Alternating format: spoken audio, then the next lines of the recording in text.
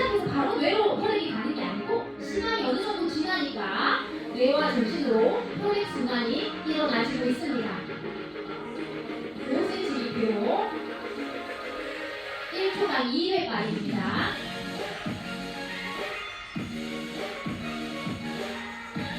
자, 2인치라고 하는 2인치가 5cm 정도 되죠. 제대로 딛고 빠르게 눌러주셔야 됩니다. 분당 100에서 120회. 잘 누르고 있죠? 어디 갔어요? 천진아 어디 갔습니까? 잠시 자리를 비웠어요. 압박하다가. 근데 겨우 외로 보낸 혈액이 어떻게 됩니까? 다시 중장으로 돌아오고 있죠? 잠시도 멈추면 안 됩니다. 계속 연습해서 해야 됩니다. 자, 이번에는 보세요. 하긴 하는데 제대로 심장이 안 굴려지죠? 이렇게 5cm 입으로 안 누르고 깨작깨작 누르고 있습니다. 뇌로 갈까 말까 혈액이 산소가 뇌까지 충분히 공급이 돼야 되는데 이게 갈까 말까 하고 있죠? 이렇게 하면 천천히 힘든데 제대로 된 심폐소생술이 이루어지지 않고 있는 겁니다. 깨작 답답하죠?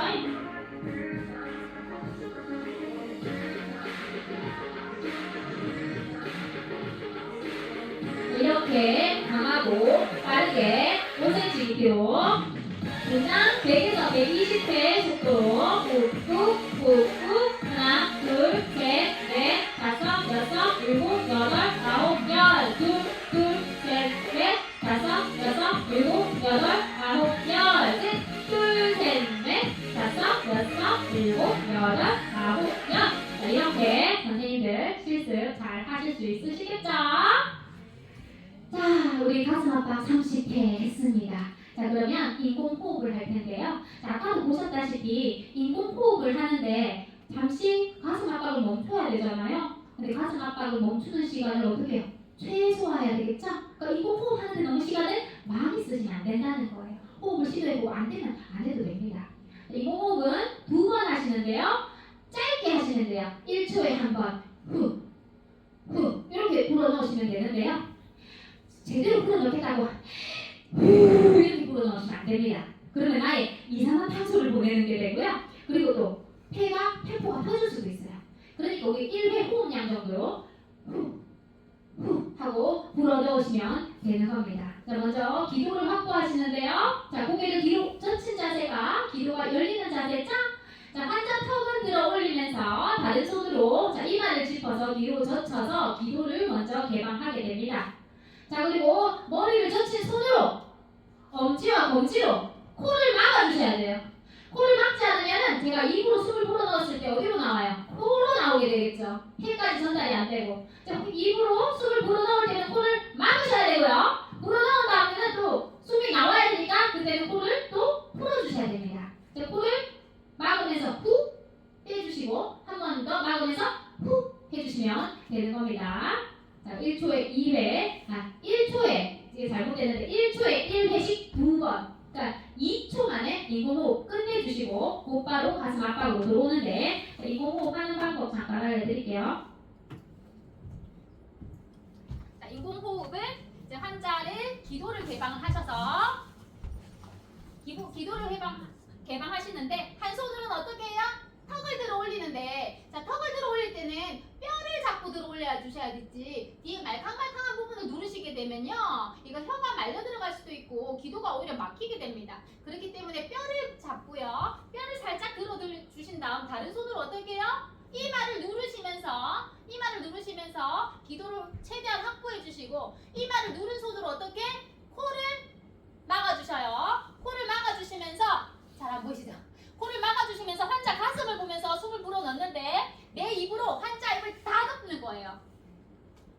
후 풀고 또 후 풀고 한 다음에 어떻게 바로 가슴 압박으로 30회 다시 돌아오는 방법입니다. 자, 우리 가슴 압박 30회 인공호흡 2회 해서요 5사이클이죠. 5사이클. 자, 그럼 가슴 압박이 총 몇 회예요? 30회씩 5번 150번 하게 되는 거예요. 그게 한 사이클입니다. 자, 그래서 예전에는 보통 그냥 한 사이클만 실습을 했는데 어떻게 해요? 공문이 내려왔다고 했죠? 근데 선생님 거지. 평균 10분이 걸린다고 했잖아요. 우리가 한 사이클 하는데 5사이클을 하는데요. 5사이클을 하는데 걸리는 시간이 몇 분인 줄 아세요? 2분이에요. 2분밖에 안 돼요. 그러니까 2분 동안 우리가 150회를 누르는 거예요. 30번 그게 5사이클. 5사이클 하는 게 단 2분이고요. 그렇게 한번 5사이클씩 먼저 실습을 해보도록 할 겁니다. 아셨죠? 그리고 실습하는 방법은 뒤에 가서 한 번 더 알려드릴 거고.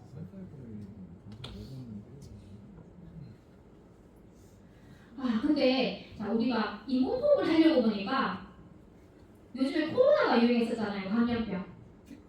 그리고 환자가 막 입에 막 피나 우통물이 묻어 있으면 좀 내 입을 갖다 대기가 되게 깨름직하잖아요. 근데 실제로 이 인공호흡 하기가 꺼려져가지고 10대 선생님들 자체를 안 하는 사례가 굉장히 많았어요.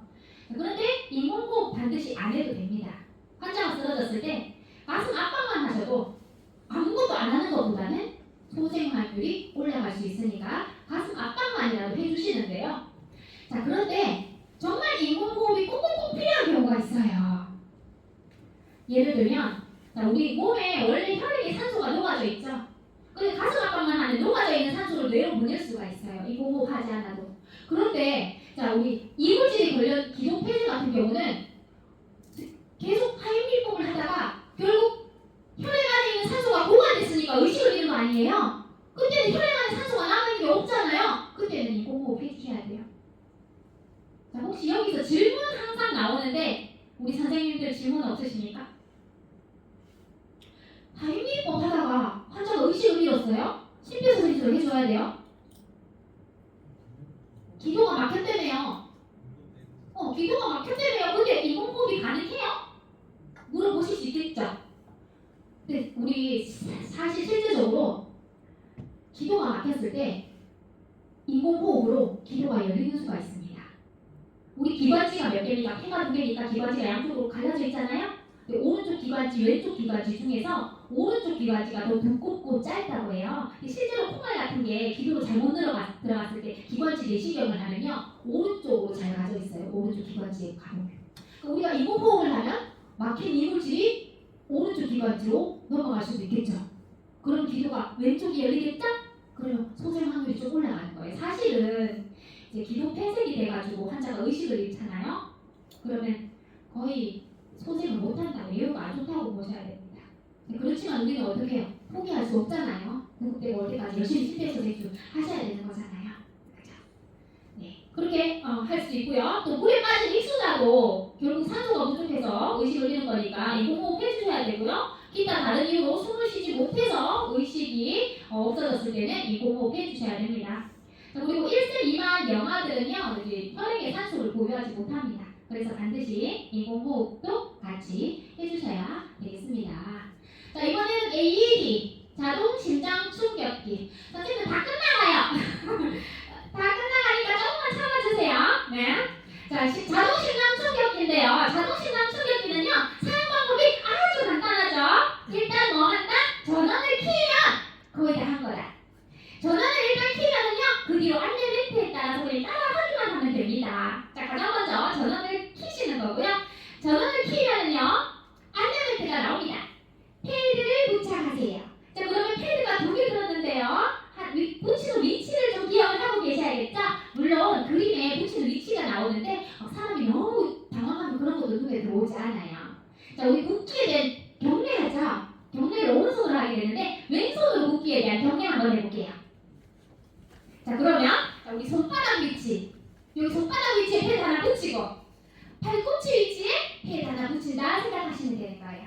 하나는 오른쪽 쇄골뼈 아래, 하나는 젖꼭지 옆에 중간 겨드랑 선에 붙이시게 됩니다. 그러면은요, 패드 이쪽으로 해서 전기가 들어가고요, 반대쪽으로 전기가 나옵니다. 꽤나 강한 충격입니다. 그렇기 때문에 충격을 줄 때는 환자에게서 반드시 모두 떨어져야 되죠. 만약에 붙어 있으면요, 같이 기절합니다. 심정 찍어올 수도 있고, 실제로 예전에 헬리콥터 안에서 어떤 응급의사가 환자를 살리시다가 충격 버튼을 잘못 눌러가지고 자기 무릎이 닿은 걸 깜빡하고 막 프로펠러 소리 때문에 너무 정신없어가지고 눌렀는데 같이 기절을 하셔가지고 한 달 만에 기억나셨대요.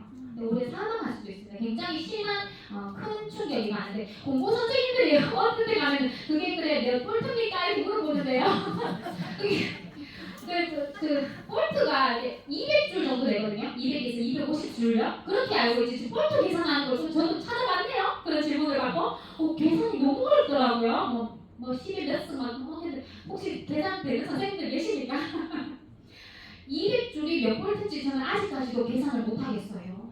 선생님이 아시면 저 나갈 때 살짝 기뜸해주세요. 계산하셔가지고 나중에 수업 교육할 때 써놓을게요. 네.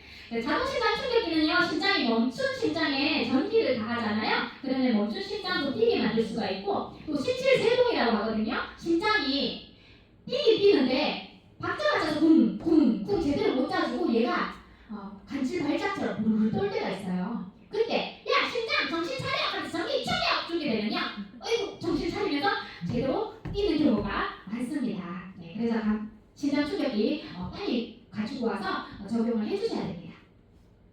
네, 사용 방법 다시 알려드리면 전원을 켠다. 두 개의 패드를 부착을 하면요, 이제 패드가 잘 부착되면 기계가 말을 하죠. 자, 심장 리듬을 부착하겠습니다. 잠시 떨어져 주세요. 할 때는 가슴 압박 잠시 쉬고 떨어지시는 거예요. 심장 리듬을 분석했을 때 네, 제세동이 필요합니다 라는 멘트가 나오면 또 우리 가슴 압박 해줄 거예요. 왜냐하면 가슴 압박은 안 하는 시간을 최소한 하라고 했잖아요. 네, 그래서 기계가 충전을 하고 나면 자, 이제 심장 충격하겠습니다. 환자에서 떨어지세요 하면서 반짝이는 깜빡깜빡거리는 충격 버튼을 누르기 전에 또 환자에서 다 떨어져야 되죠. 그러니까 환자에서 떨어져야 되는 시기가 두 번 있었죠. 처음에 심장 리듬을 분석할 때 한번 떨어지시고 또 가슴 압박 하시다가 심장 충격 버튼을 누르기 전에 또 한번 떨어지셔야 되는 거예요. 충격을 주고 나서는 또 계속 심폐소생술 시행하시면 되겠습니다.